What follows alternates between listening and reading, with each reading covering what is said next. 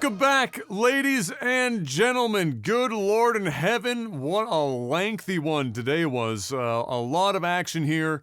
Day 2, E3.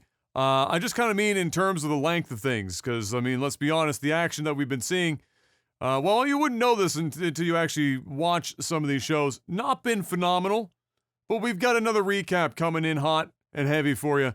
I don't know how long this is going to be. I'm going to try and keep it condensed. Some of this stuff was just like rapid fire after Square Enix's and just overload of information. So I'm going to do my best to condense it. Know that I am not going to likely be able to cover everything that showed up in these events today, but I'll do my best. I can get pretty much all of what we saw at Square Enix at least, and then beyond that, though, it's going to be, whoa, baby, buckle up. But we've got Square Enix, the PC gaming show, and future gaming, or gaming future, the future is now, future game show. That's the name of it. That's what we're going to be covering in this, recap, I guess is what we'll call it. So, Square Enix happened, and if you haven't already seen on Twitter, didn't exactly knock this bad boy out the park. Was not exactly a strong showing, and even what they did show was not good. They started out with a substantially longer than probably necessary, but totally setting the tone for the rest of what we all had to expect they may or may not have had. Guardians of the Galaxy. It's a game set on, well, Guardians of the Galaxy. Coming October 26th. It's a single-player, story-driven, third-person action-adventure game. Decisions matter type stuff we're talking here, you know? You know, like, which snarky comment are you going to choose out of 3 snarky comments? Showed a lot of gameplay in there, so if you're interested, there are loads and loads of gameplay moments to witness. The writing seems very on point, in all fairness. If you know the Guardians' writing style, then it will be apparent that they do a pretty good job of mimicking that. Overall, looks what I have written here as strikingly mediocre. Once again, October 26th of this year, Guardians of the Galaxy. Then after that, we had Final Fantasy 1 through 6. It's a very quick little clip. 1 through 6 coming to Steam and mobile. Some sorts of remasters or re-releases of 1 through 6. Then we got another little quick peek at that Legend of Mana remaster, remake, whatever you want to call that one, that we've known about for a while. That's finally dropping here in the not too distant. It's actually going to be June 24th, so you can get excited for that if you're looking to go back, or if you've not played the game and you're looking to experience why perhaps many people are talking lots of good stuff about it. Not too far off. Following that, we had Avengers, the game that apparently people still play. They're making content for it. And the content they just showed off was a couple of things. We had a new mode of sorts that has randomized respawning boss fights and other things. And then there was a Black Panther War for Wakanda expansion that's going to drop for free at some point in the not too distant future. So if you're one of the 15 to 30 people still playing that game and giving them your money for it, there you go.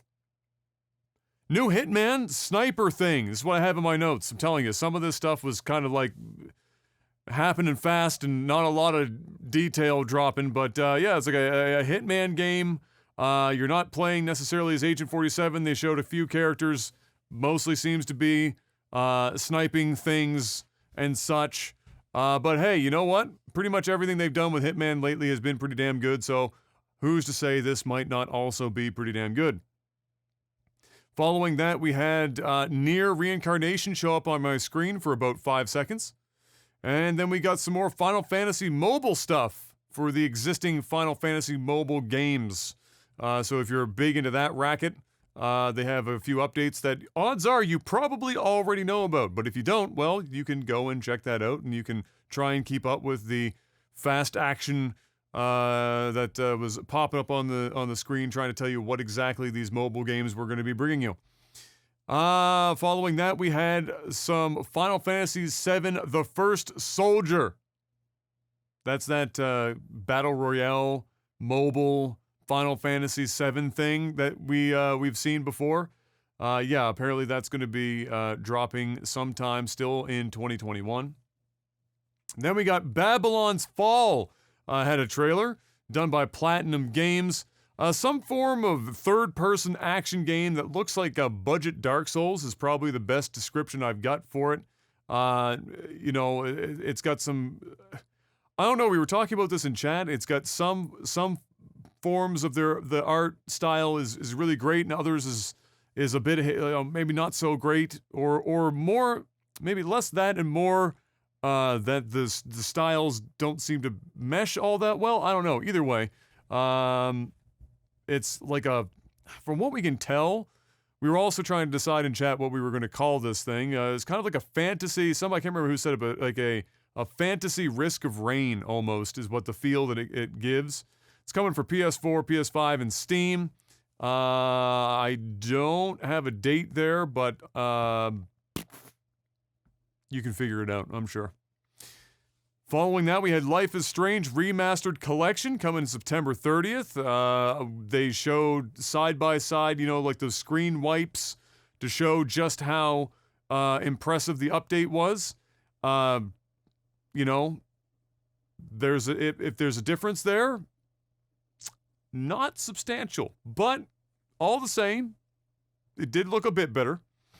That's coming out. Is that just before or just after? Oh, no, it's afterwards, because Life is Strange True Colors had some more gameplay shown off. And that's coming out September 10th. I have it here in my notes. I'm calling it Empathy, the video game.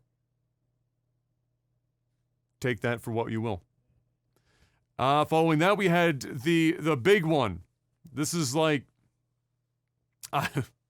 So we talked about, I think on the podcast, we talked about how there was a rumor of Team Ninja working on a Final Fantasy game that was based in the era of the original Final Fantasy.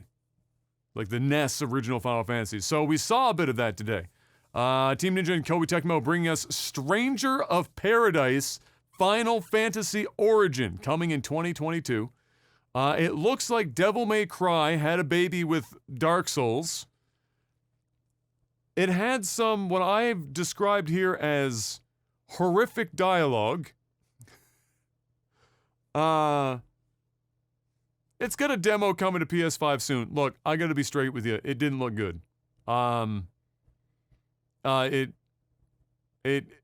Maybe it turns out to be great. I gotta let you know, and you can check for yourself. Woo! Spicy. And that was Square Enix. We made it to the end of Square Enix. Some people are calling it the worst, the possibly worst showcase at E3 of all time. That might have been true until a couple hours after this show. But we're not there yet. We're on PC Gaming Show now, and a lot happened here. And again, I actually missed the first hour of it, taking M to work. But I've got some notes here. Thankfully, Marky Mark, our legendary editor, took some notes so I can go over some of this stuff with you, so that you don't miss out on any of it. This is, of course, the show where they've got Sean and Frankie, and they had a third this year, and I can't think of her name right now off the top of my head. But bless them, they all do great work, and it's always nice to see them together doing these things. But first up, we have Maraca Blade Point was apparently shown. We had some Dodgeball Academia from Humble Games. More Chivalry 2 was shown off.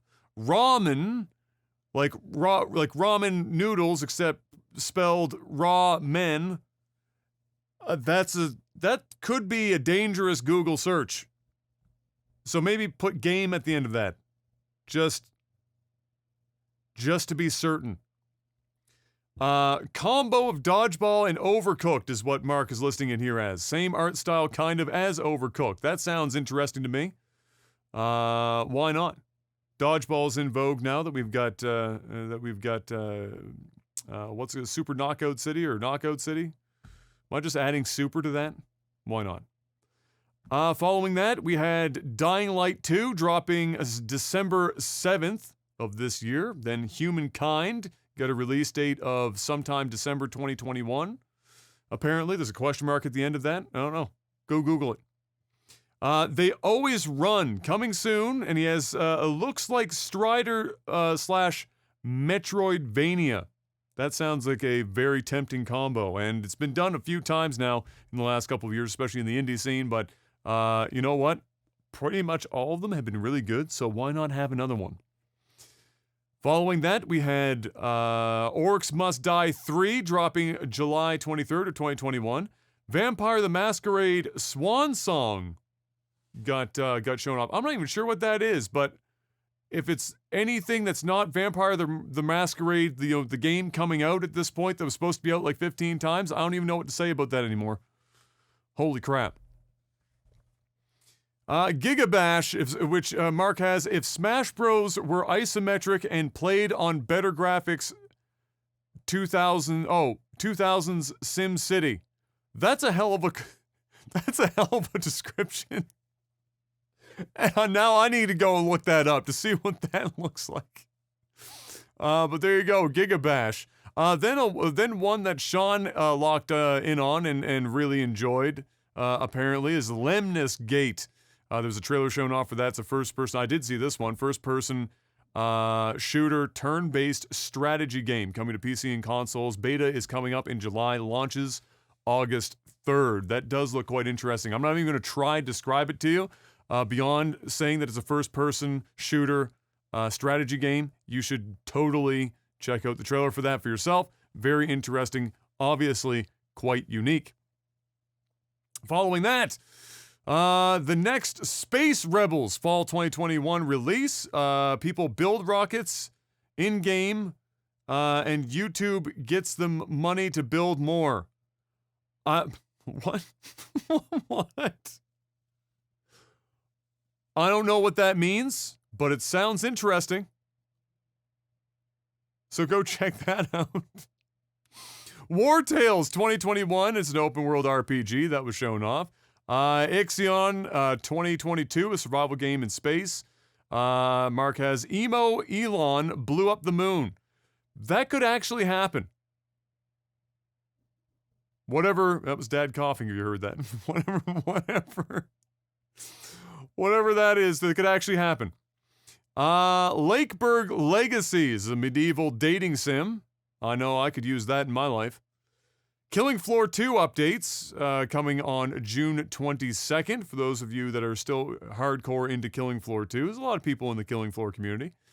MechWarrior 5 Mercenaries, which was a major sponsor of sorts of the stream, was shown off some more. We were talking about the podcast. Hopefully, Mercenaries brings some more people back and keeps the MechWarrior name alive. Then we got Silt, which is like Gree, kinda, only black and white. I did see the trailer for this. Yeah, it's like an art house thing like Gree, but black and white, and it looked like it was like based on or loosely around scuba diving, thus the name Silt. Hello Neighbor 2 coming 2021. Jurassic World Evolution was shown off for what has to be like the second time, I guess, at this point, maybe even third by the time we get to the next show. So we already know that that's coming. New Blood Interactive Sizzle Reel was dropped there, so if you're a fan of New Blood Interactive, then you can check out their Sizzle Reel to keep up with what they've got going. Gabe Newell showed up, looking like Santa Claus, to talk about Steam Next Fest, which I think is like their own little showcase thing that they're doing in the not-too-distant future. Following that, we got Solstice coming out in 2022 to Steam, which you can guess what that's maybe like based on the name. Then we had Chaos Gate Demon Hunters. I can never know how to pronounce that when it's spelled that way. Warhammer 40K briefly shown. And I mean briefly. And that's coming out in 2022, so get ready for all the hereticking and everything in between. EVE Online is still a video game. It was shown off a little bit. Again, reminding everyone that if you want a second job, maybe even a fourth life, you can do that in EVE. But they're trying to make it a little bit easier on new players, and they showed off EVE Academy, which seemed to me to be something like helping new players get into existing corps or the corporations or other bands of folks to make the introduction to the game a little easier before all of their hard-earned ships and money is lost to the void in their first combat scenario. After that, we got Tinykin, which is Pikmin. Almost exactly Pikmin. I mean, strikingly Pikmin. So if you like Pikmin and you don't want to wait for the next Pikmin, then this might be right up your alley. Tinykin, coming 2022. So keep an eye out on that if you want to go check that out. Then we got Chernobylite, and this was around the time I think that we started to realize that one of the themes of this year is lots of games in Russia. And so we started making lots of jokes about that. Chernobylite, Final Heist, coming in 2021. They made, of course, a reference to the Chernobyl HBO special saying, 3.6 on the reader and not good, not great.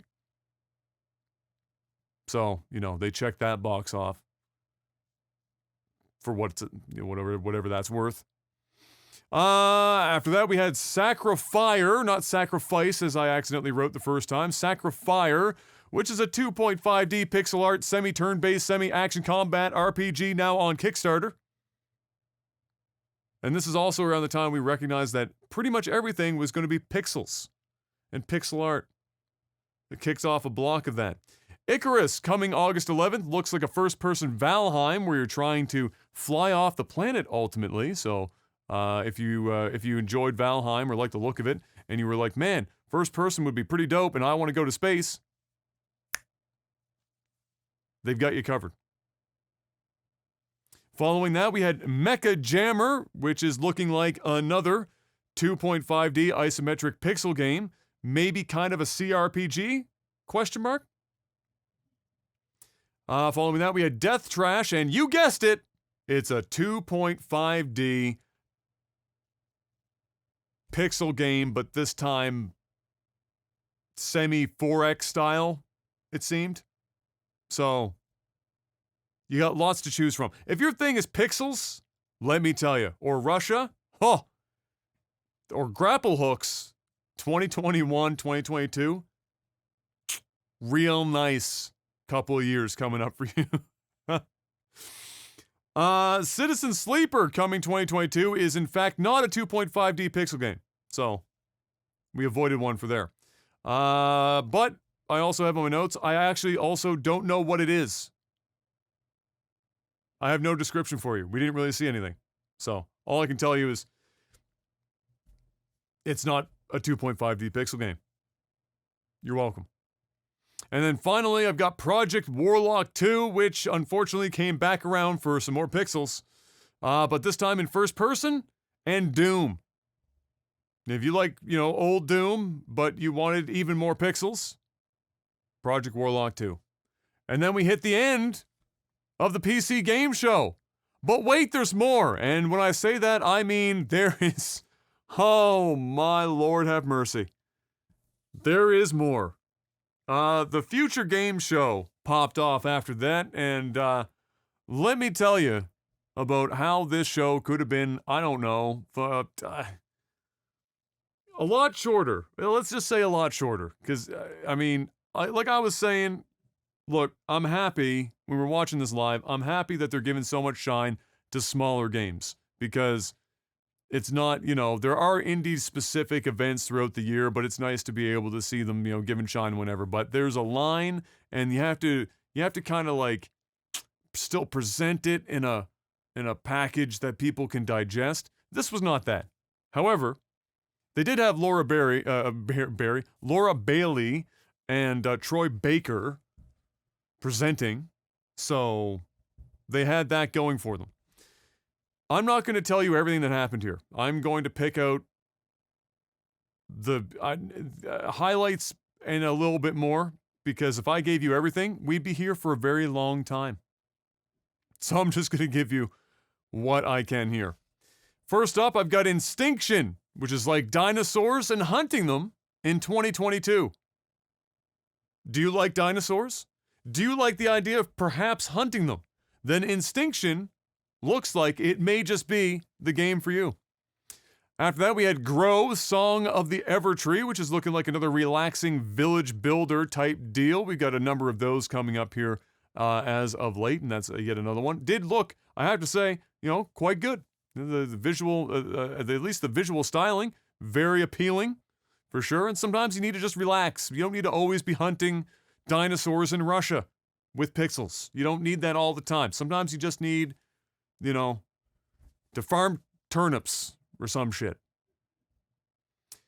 Following that, we had Esports Boxing Club, which is like the first time I think I've ever seen a game use the word esports like that in the title without actually being in any way that I know of tied to esports.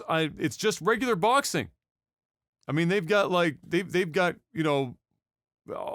the classic boxers you could think of, and right up through until today's popular boxers. It just seems to be a whole whack of them. I don't know what it has anything to do with esports, but it's Esports Boxing Club. Also comes with the first ever in a game women's division for it, which is pretty awesome. And it's going to be hitting PC and all major consoles coming later this year. So if you're looking for your replacement for, Fight Night, since it's been, 13 years since we've had one of those, this might be it. Following that, we had Hell Let Loose, which is not just another euphemism for me on the toilet in the morning. That one is a World War II shooter, because there's never enough of those.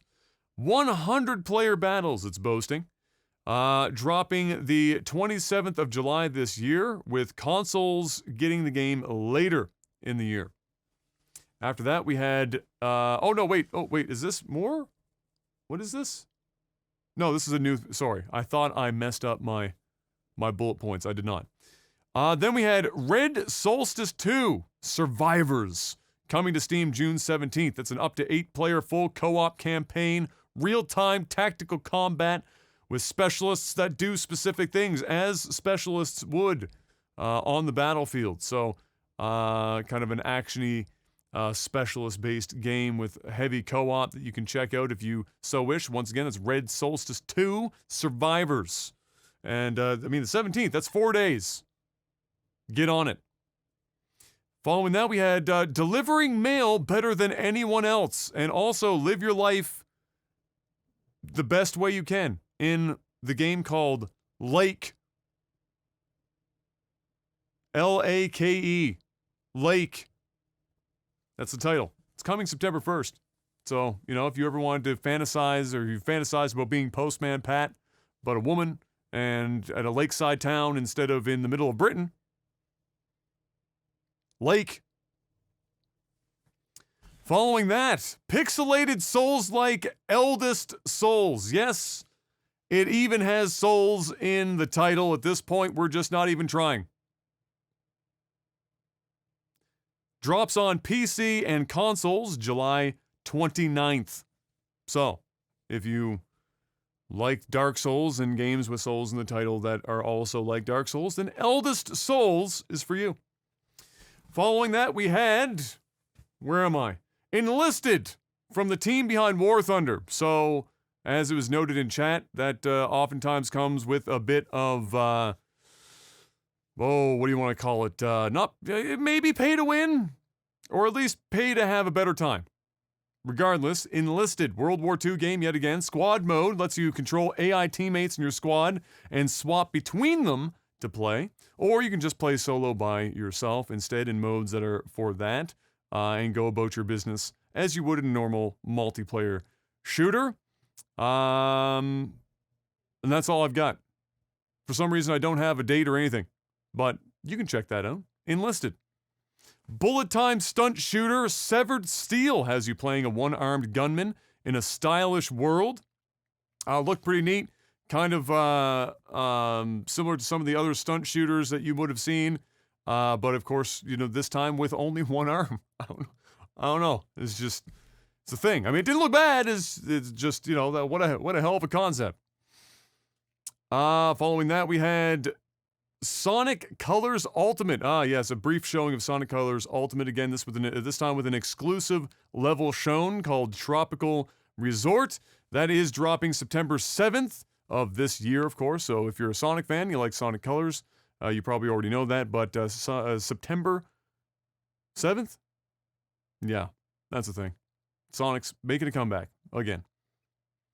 After that, we had Chucklefish Management Sim Starmancer was shown in a trailer. If you're big into Chucklefish games, it looked very much like a Chucklefish game. I know that's shocking, but it did.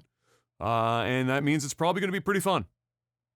Because most of Chucklefish's games are pretty good.